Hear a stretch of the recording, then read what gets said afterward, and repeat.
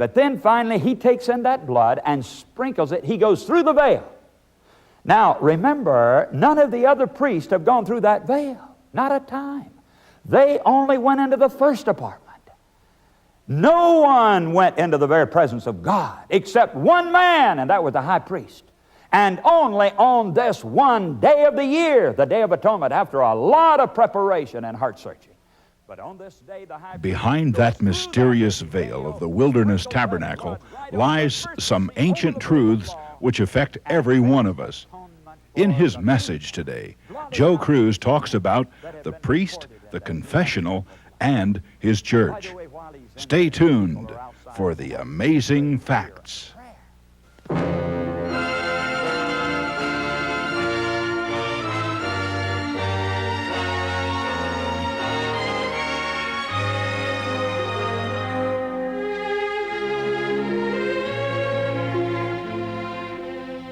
Do you remember the Bible account of Jesus leaving the carpenter shop in Nazareth and going out into the desert there to meet John the Baptist? This was probably the first time these cousins had ever met. But as soon as Jesus walked into that circle of listeners, John pointed at him and said, "Behold the Lamb of God that taketh away the sin of the world." Now friends, why did John call Jesus a lamb? And how could he take away the sins of the world?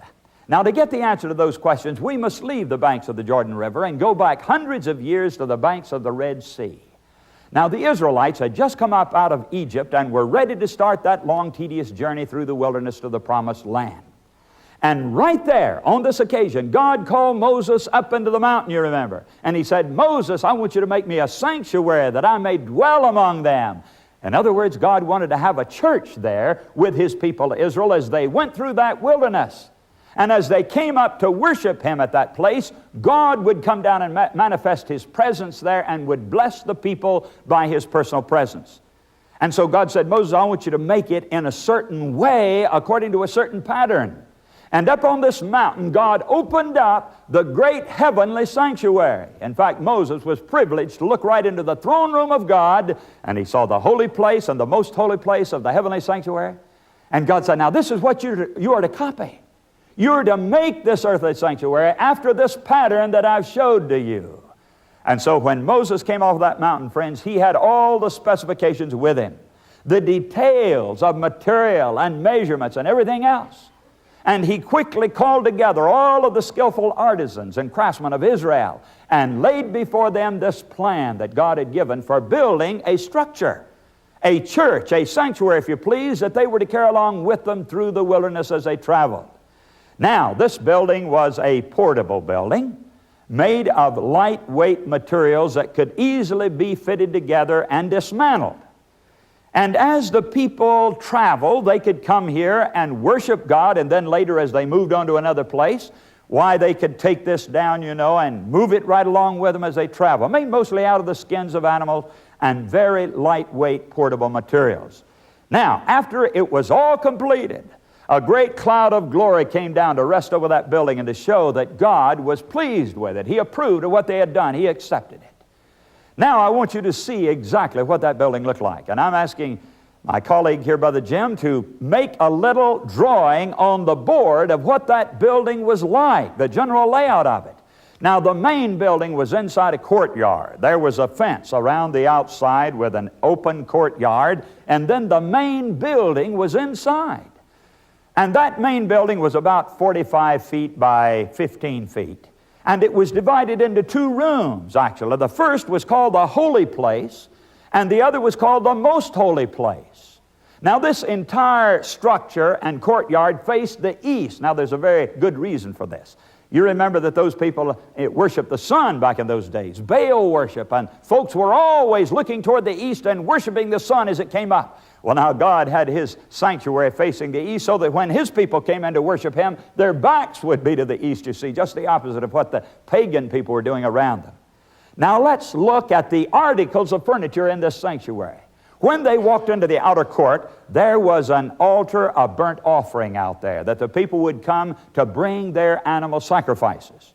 So the altar of burnt offering, and then there was a laver just before going inside where the priests could wash as they went in to carry the blood of the animals.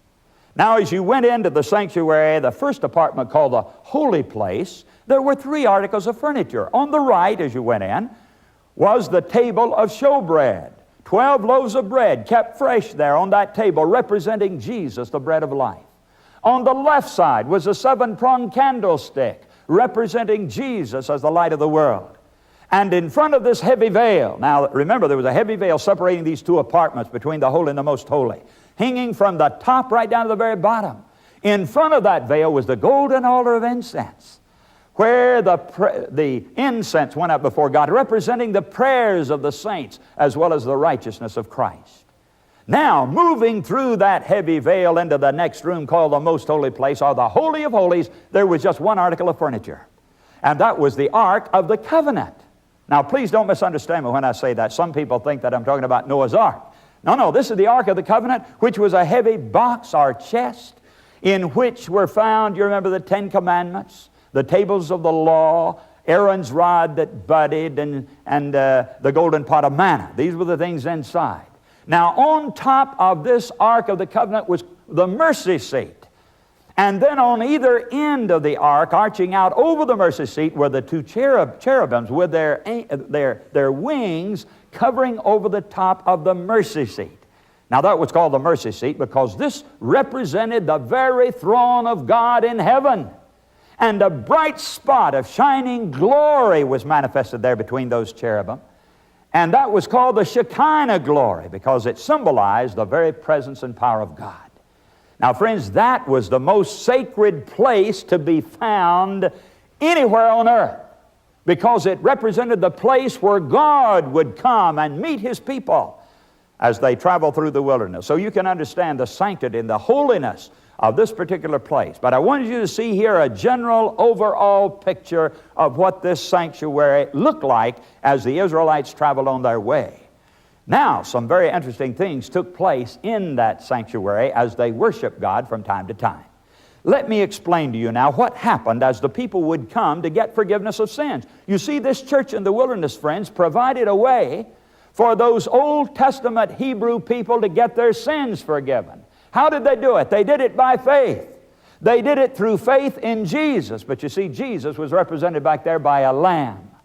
And so the people were asked to bring a lamb. Every time they sinned, they would come with this lamb and put it on this altar, confess their sin over that spotless animal. It had to be absolutely without any flaw or blemish because it represented Jesus. And they'd confess their sin over it. Then with their own hand, they would kill that animal. Well, you say, Brother Joe, that's a terrible thing. What an awful experience to have to pass through. Coming in there with a knife and slaying that innocent little lamb. Yes, indeed, friends, that was a traumatic thing. But what was the purpose of it? To impress on those people that sin means death. Isn't that right? When they sinned, it meant death. Either they would have to die for their sins, or else that sin would have to be transferred onto the Lamb who represented Jesus, the spotless Son of God, who would be coming later and give His life as an atoning sacrifice. So when they came with their animal, they also confessed their sin over it. They killed that animal. The priest then would catch the blood and take it inside that holy place and sprinkle it there before the veil in the upon the altar in that holy place. Now, friends, this represents the transfer of the guilt from that person who comes to confess his sin onto the animal, and then through the blood, the sin is transferred into the sanctuary. You get the idea now? The sin is transferred to the animal, then to the priest, and then through the sprinkled blood, a record was made of that in the sanctuary. And that record remained there all year long. You see, this kind of a service went on day after day after day. People were coming, bringing their lambs, killing those animals, confessing their sins. The sins transferred to the animal, then to the priest, and then into the sanctuary. And there a record was made day after day. Now, one day a year, they had a service called the cleansing of the sanctuary. And this is when that record of sin in there was to be taken care of. It was to be blotted out on that day, called the Day of Atonement. You remember that day, friends, when they had all of those special solemn services? And even to this very day, That is one of the most holy days of Judaism. In fact, it is a day of judgment. Today it's called Yom Kippur. It comes, I believe, in the month of October, and it is the most holy, sacred day as far as the Jew is concerned. Because that day is the day of judgment. That's the cleansing of the sanctuary. That's when those sins, that record of sin is going to be taken care of. Now, friends, I want to impress upon you the solemn events that took place on this special day of atonement. I mean, for days the people got ready for this. They prayed, they searched their hearts. They made certain there was no unclean thing in their houses or in their hearts. And then on this day, after much prayer and solemn searching of heart, the high priest would come into this courtyard, bringing 2 goats. And by the way, that high priest had spent a lot of time in searching his own heart, because he now is going in there before God to represent all the people of Israel. He has 2 goats. Now, one of those goats is to be the Lord's goat, and the other is to be the scapegoat. You've heard of the scapegoat, haven't you? He cast lots on these 2 animals. The one that falls out to be the Lord's goat, he places on that altar, confesses the sins of Israel over it, his own sins and the sins of Israel, and then kills that goat, takes the blood and goes into the sanctuary. Now, he goes in 2 or 3 times that day. I'm not going into all of the times that he went in there. First with his censer in order to fill the place with the incense and to hide the glory of God from him. But then finally he takes in that blood and sprinkles it. He goes through the veil. Now, remember, none of the other priests have gone through that veil. Not a time. They only went into the first apartment. No one went into the very presence of God except one man, and that was the high priest. And only on this one day of the year, the Day of Atonement, after a lot of preparation and heart searching. But on this day, the high priest goes through that heavy veil, sprinkles that blood right on the mercy seat over the broken law, and makes atonement for the people, blotting out their sins that have been recorded in there through that sprinkled blood. And by the way, while he's in there, the people are outside in an attitude of great fear and prayer. In fact, tradition tells us that they had a rope tied to the foot of that high priest when he went in there, because if he had any sin in his heart, he would have been struck down there before the ark of God in the presence of God. And so there was a rope tied to his foot in case he was struck down in there. Nobody could go in to get him. Nobody could remove that body, and they would just have to pull his body out. And so it was, you can understand the preparations that were made, the fine details, to be certain that everything was being done according to the Word of God and the will of God. Now, after coming out of the place where he has made atonement for the people by sprinkling that blood, the high priest comes to the scapegoat. Now, what does the scapegoat represent? Well, friends, there's no question about it that it represents Satan. Now, you're going to wonder, well, now what does Satan have to do with this special solemn service of the atonement and blotting out of sins? Well, let me explain, friends. The things that take place in this sanctuary on this day represents the final disposition of sin. It is all symbolic. It is all pointing forward to something that's going to happen in the real sanctuary up in heaven with the real high priest up there ministering, which is Jesus Christ. So it all represents the final disposition of sin as it affects every person in this world, on this planet. And so sin is going to come back to where it belongs. And punishment is going to be given where it is supposed to be given. And finally, the world and the universe are going to be cleansed of all sin. So all the things that take place in here represent the final acts of God in disposing of the sin problem and in seeing that it's all atoned for or punished. So, after the high priest comes out on this day, he goes over to the scapegoat and places his hands upon him. You may say, well, Brother Joe, why does he come out there as though he's placing sins here on this scapegoat? Well, now, friends, and what happens after he does this? The scapegoat is led off into the wilderness by the hand of a fit man and left out there to perish alone. Now, I don't have time to read all these texts right now because this is merely laying the foundation and giving a little background to help us understand the great prophecy of Daniel 8 and 9. But when he puts his hand on the scapegoat, he's led off into the wilderness, left out there to perish alone. There's no shedding of blood on the part of the scapegoat. He could not represent Jesus because Jesus always is symbolized by the blood being shed. This goat does not shed his blood at all. He's taken off out there with a load of sin on him and left out there to perish with that upon him. And he's not killed, or his blood is not shed. Now, why does this happen, friends? I'll tell you why. I'll tell you why. Because Satan is involved in every sin that's ever been committed. He has caused everybody to sin. He was a participant in every sin. In fact, every sin admits of shared responsibility, doesn't it? Now let's use an example. Let's say that a man and a woman here have sinned. Let's say they did it back in Israel. Let's go back to Israel's time now and think in terms of a sin that has been committed. This sin has three partners in it. The man and the woman, let's say they've committed adultery. And then there's the devil, who also took part in it, didn't he? He tempted them. He led them into it. He caused them to sin too. So he bears a share, my friends, in the sins of every person that sins, because he is the one who entices and shares in it. So let's say then that these three parties have a share in this sin. Let's say that the woman brings a lamb, puts her hand on that animal, confesses her sin, kills the animal. The blood is taken into the sanctuary. What happens to her guilt then? What happens to her record of sin? On the Day of Atonement, when the high priest goes in there and sprinkles that blood, my friends, her guilt in that sin is atoned for. All right? Now, she will not have to die, because Christ has died for her, and she's had faith by bringing that lamb and showing her faith in the death of Jesus. Let's say that the man never comes to bring a lamb. So what happens to him?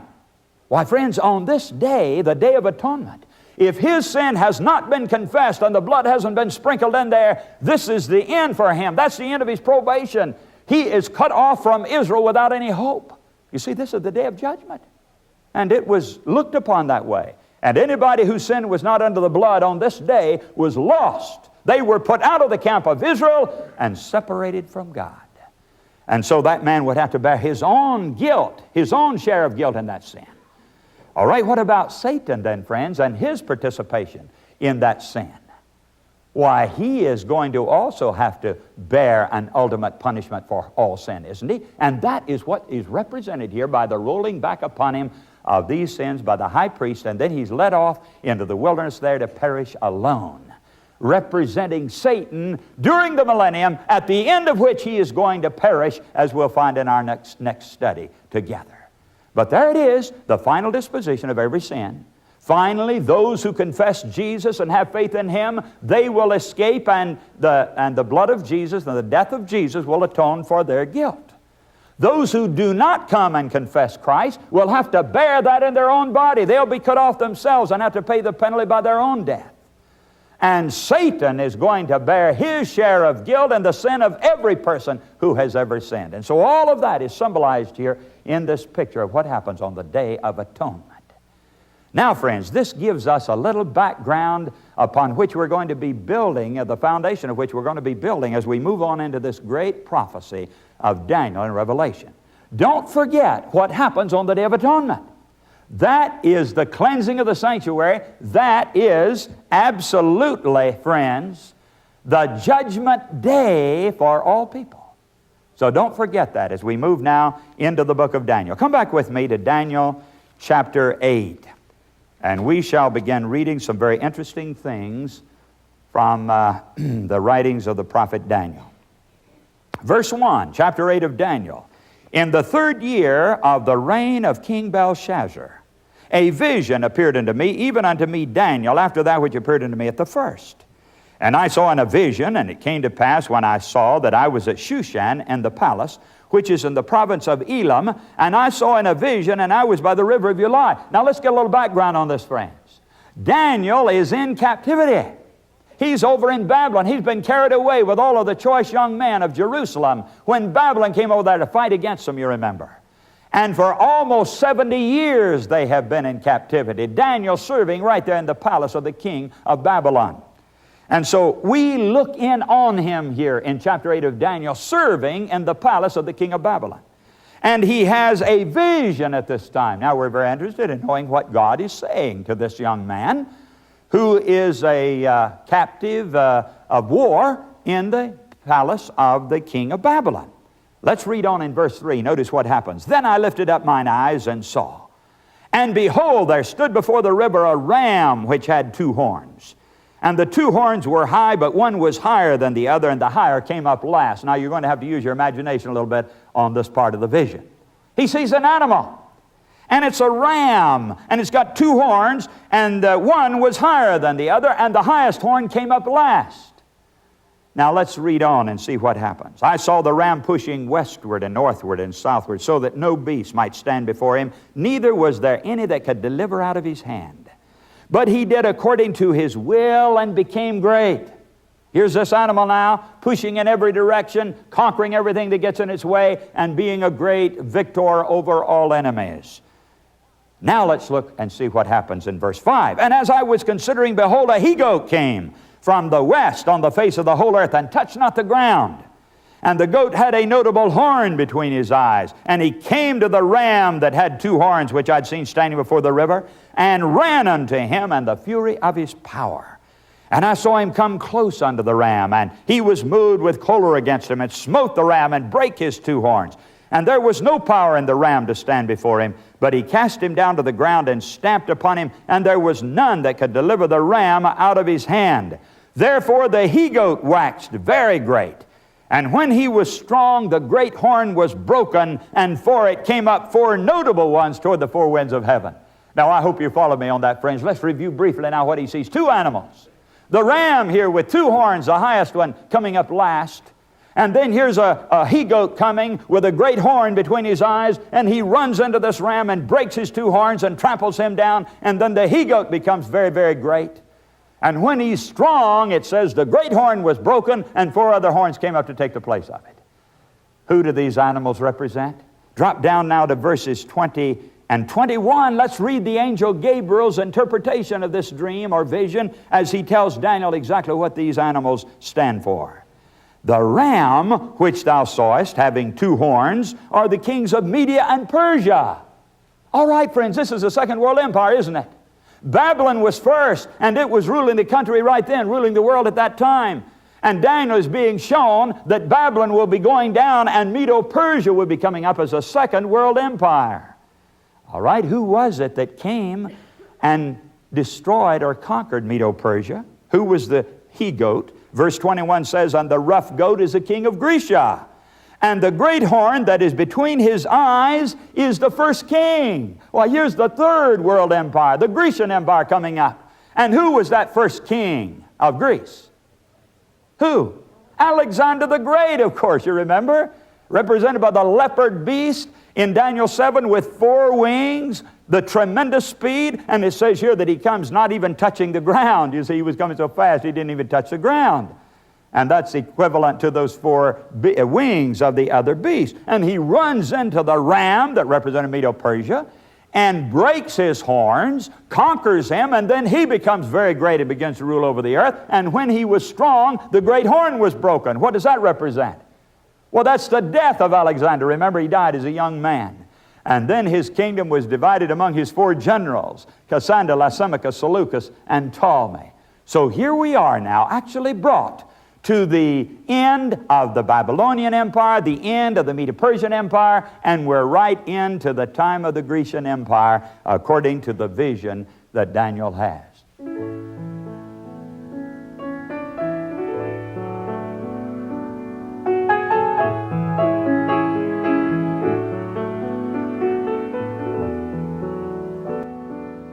There's a place in the back of my mind, a little corner that's reserved for all time.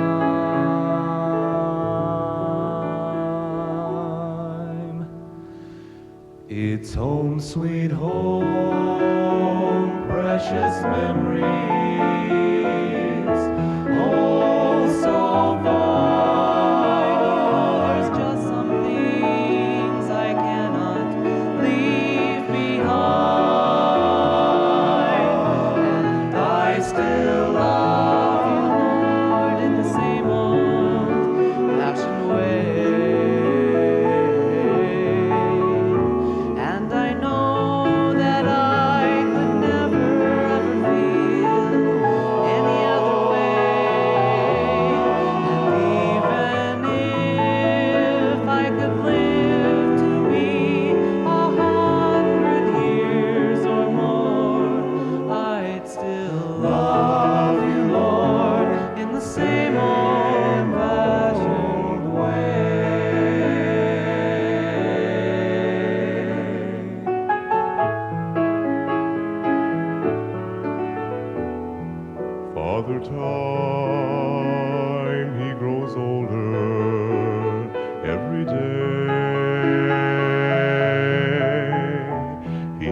I've changed,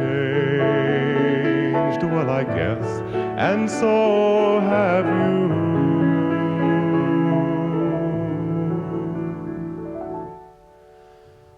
But as time